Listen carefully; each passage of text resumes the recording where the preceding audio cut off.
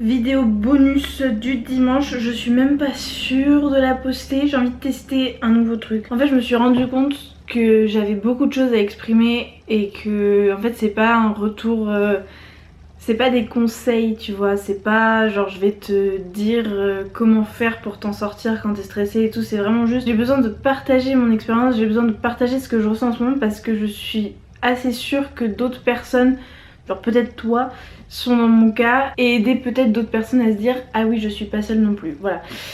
En gros en ce moment, donc je me maquille en même temps, c'est remarqué, je suis en train de faire mon teint. En gros en ce moment je remarque que je suis extrêmement stressée mais au quotidien, c'est-à-dire que c'est pas un événement qui me stresse, je suis vraiment stressée tout le temps et pour rien que dalle, enfin genre je suis stressée parce qu'il faut que je médite, tu vois, c'est ce genre de truc ultra contradictoire en fait. J'arrive pas à savoir si ça a été là toute ma vie, si j'ai toujours été comme ça ou si là ça a empiré et c'est vraiment devenu invivable. Tu vois, je sais pas si c'est devenu invivable parce que j'en ai pris conscience à 100% ou si c'est devenu invivable parce que ça a empiré par rapport à mon stress d'avant.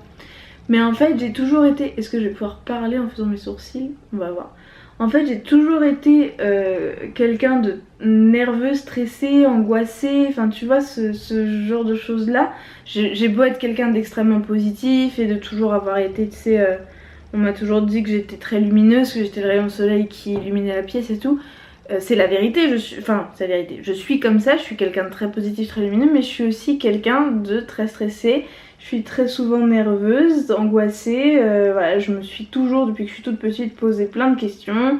J'ai toujours eu des insomnies, j'ai peur du noir, etc. Je me suis rendu compte que là, depuis que je suis arrivée à Poitiers, donc depuis que je suis rentrée de Hawaï, c'est juste devenu ingérable, c'est-à-dire que c'est vraiment au quotidien. Je suis stressée si je traîne 10 minutes au lit, je suis stressée si je fais pas tout ce que j'ai à faire dans la journée. En fait voilà, j'ai vraiment la sensation, et je l'ai souvent dit avant mais là c'est la première fois que je le réalise vraiment, enfin que je, comment dire, que je le ressens physiquement, j'ai l'impression qu'il n'y a pas assez d'heures dans une journée et c'est super difficile. Parce qu'en fait avant, genre disons le mois de janvier, je me sentais un peu comme si je me reposais sur mes lauriers, dans le sens où voilà j'étais stressée mais je passais quand même beaucoup de temps sur YouTube par exemple.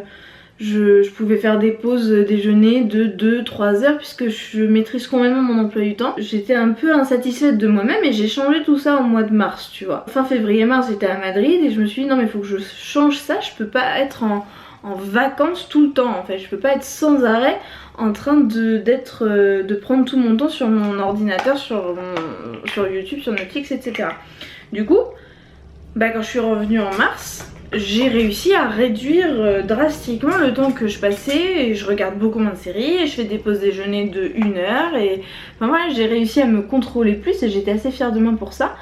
Il n'empêche que le stress n'a pas baissé, il a augmenté, il a empiré, alors que je fais plus de choses dans une journée, alors que je suis beaucoup plus productive, alors que je suis beaucoup plus présente dans ma vie, je suis beaucoup plus stressée. C'en est à un point où c'est vraiment, là, je sais pas comment te dire, j'arrive pas forcément à te l'exprimer comme ça, mais c'est cette impression que faut que j'arrive à caler 1 minute 30 dans 1 minute, tu vois, qu'il faut que je sois plus efficace que le temps qui passe. Et en plus je suis toujours en train de penser à ce que je vais faire après, c'est à dire que par exemple j'ai très envie de méditer en ce moment parce qu'il y a un challenge, je sais pas si tu sais, Oprah et Deepak Chopra, ils font tous les trimestres à peu près 21 jours de méditation gratuite.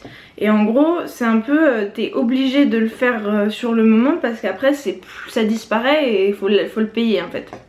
Et donc j'ai envie de faire ça en ce moment.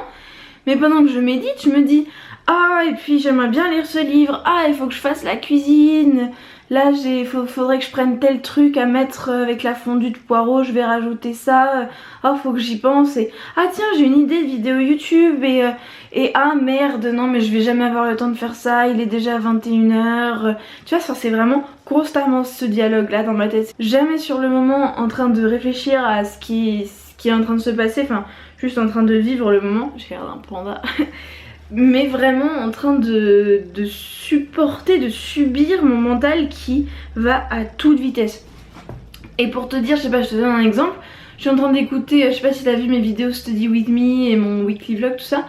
Je suis en train d'écouter un livre audio pour mes études qui s'appelle The China Study. C'est un livre audio, donc du coup je me suis rendu compte, là c'était quand c'était fin mars, je me suis rendu compte que, waouh, alert, je me suis rendu compte que je pouvais accélérer la vitesse. Et donc littéralement, pendant 1 heure, 1 heure et demie, j'ai pu caser 1 minute 30 dans 1 minute. C'est-à-dire que j'ai écouté 0,5 fois plus du livre audio que le temps réellement du livre audio. Parce que j'ai accéléré le truc. Et ça m'a procuré une satisfaction énorme. Parce que...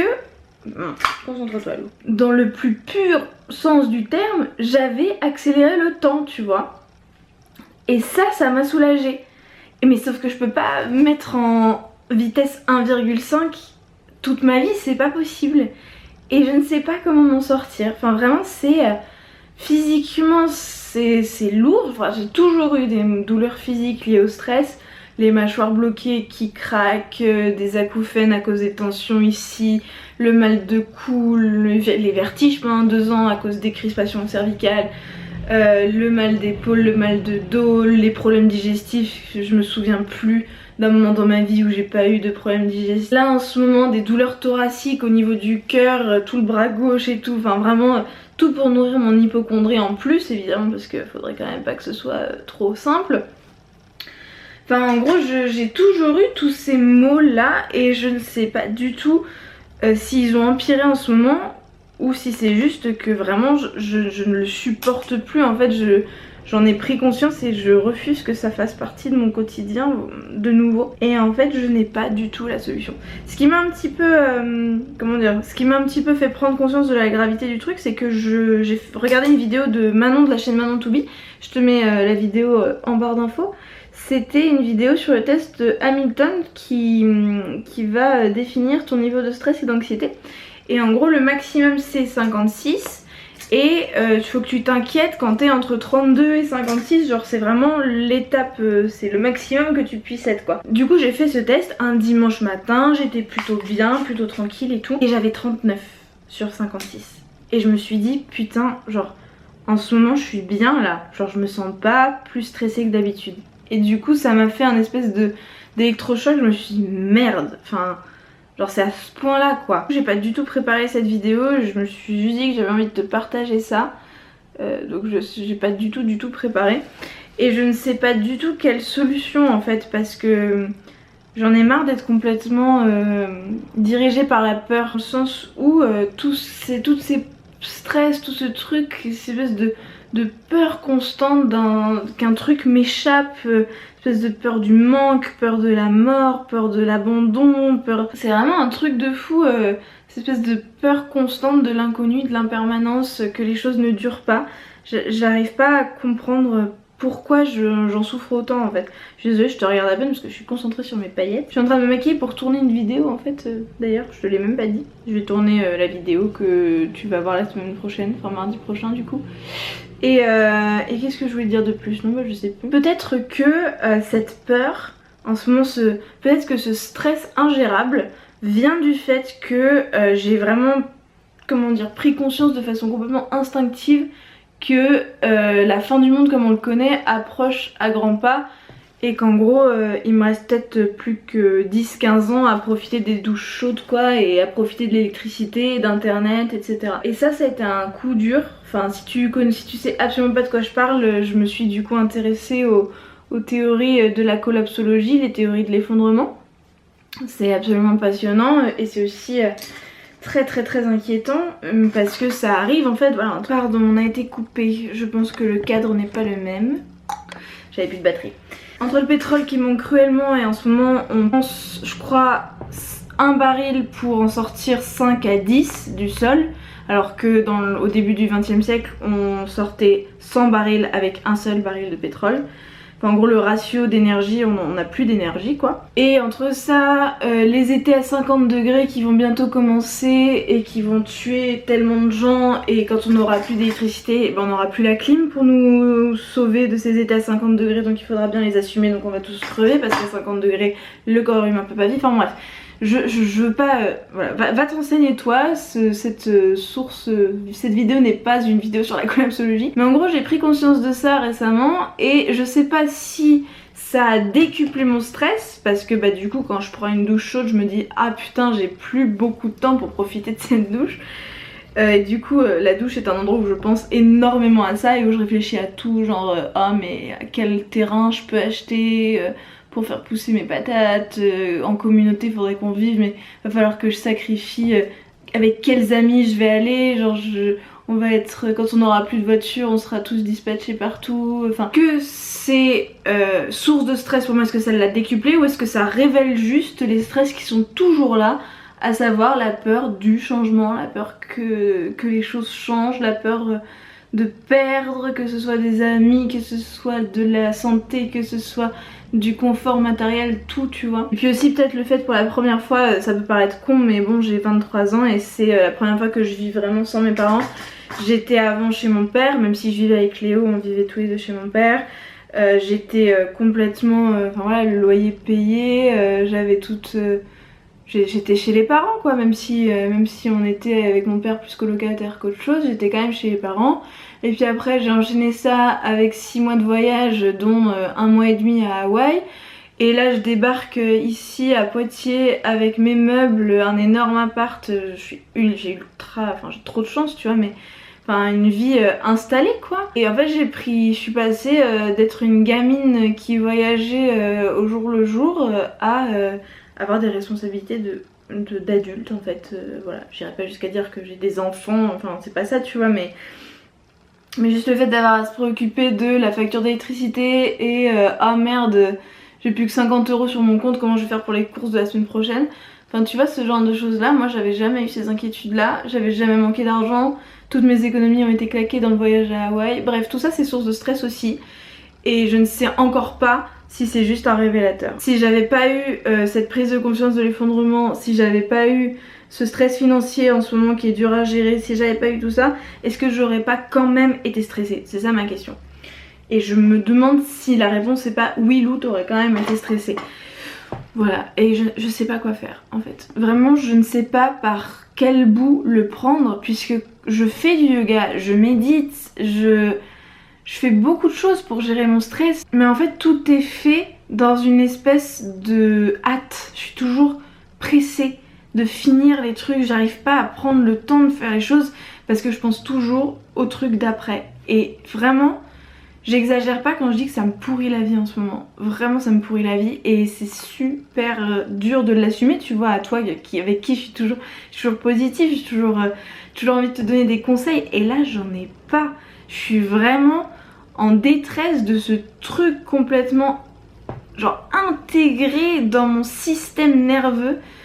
J'ai pas envie de passer ma vie à souffrir physiquement comme ça. Je sais que je fais pas tout tu vois, c'est à dire que je pourrais arrêter de manger du sucre, je pourrais faire du sport tous les jours, je pourrais me coucher plus tôt, je pourrais boire du jus de céleri tous les matins. Je ne bois plus tous les matins, je bois tous les 2 matins. Enfin genre j'ai plein de solutions dans ma tête, mais si j'applique tout ça, ça ne fait qu'empirer ce contrôle obsessionnel que j'ai sur ma vie, tu vois. C'est-à-dire que finalement, le moment où j'étais la plus sereine, c'était quand je réfléchissais pas à tout ça, quand j'étais à Hawaï, quand j'avais 0 responsabilité, ou quand j'étais à Satilleux pendant mon examen de médecine chinoise et qu'on a bu tous les soirs et qu'on a fait la fête tous les soirs et qu'on a dormi 3 heures par nuit parce que j'avais complètement lâché prise. Mais je sais que c'est pas non plus une solution durable. Enfin tu vois, est-ce que tu comprends l'état dans lequel je suis? C'est-à-dire que j'ai toutes les idées pour mettre en place un mieux-être, mais vu que ça vient d'un endroit qui manque d'amour et qui est rempli de stress et de peur et d'envie de tout contrôler, et bah j'ai vraiment l'impression que ça fait l'effet inverse en fait. Oh, désolée de se faire une vidéo comme ça, je pense que je vais m'arrêter là. Déjà j'ai ça. Du coup cette vidéo se veut un peu plus un dialogue tu vois. Est-ce que toi aussi t'es dans ce cas là? Est-ce que tu vois pas du tout de quoi je parle? Est-ce que t'as été dans ce cas-là un moment de ta vie et il y a quelque chose qui a changé? Qu'est-ce qui a changé? Genre, dis-moi un peu plus quoi. Est-ce que toi aussi, t'as beau faire plein de trucs, t'as toujours l'impression de pas faire assez? Genre, dimanche, je me disais, je vais prendre du temps pour moi et j'ai fait un collage d'anniversaire pour mon frère. J'ai peint, j'ai cuisiné, j'ai fait le ménage, j'ai lu, j'ai médité et j'ai eu l'impression que je m'étais pas reposée. Je suis allée à la piscine et tout ça, enfin j'ai eu l'impression que j'avais pas fait assez, j'ai eu l'impression que j'avais pas eu le temps de ne rien faire, enfin tu vois c'est vicieux quoi, c'est vraiment vicieux. Excuse-moi, je me coiffe un petit peu en même temps. Donc je m'excuse vraiment si ça t'a un peu frustré cette vidéo, que je n'ai pas de solution pour toi, mais moi je te demande est-ce que t'en as pour moi en fait. Et je voudrais vraiment qu'on partage nos expériences et que tu m'écrives des beaux longs commentaires pour me raconter toi ta gestion du stress et où est-ce que t'en es là maintenant dans ta vie quoi. Parce que je suis vraiment curieuse et je prends toutes les idées. Bon, je te retrouve mardi et je te souhaite un excellent dimanche. Moi là je vais filmer ma vidéo, bref je reprends ma journée comme d'habitude. Mais je pense que ça m'a fait du bien de t'en parler un petit peu aussi. Donc merci d'avoir regardé cette vidéo jusqu'au bout. Moi je te fais un énorme bisou et je te dis à mardi.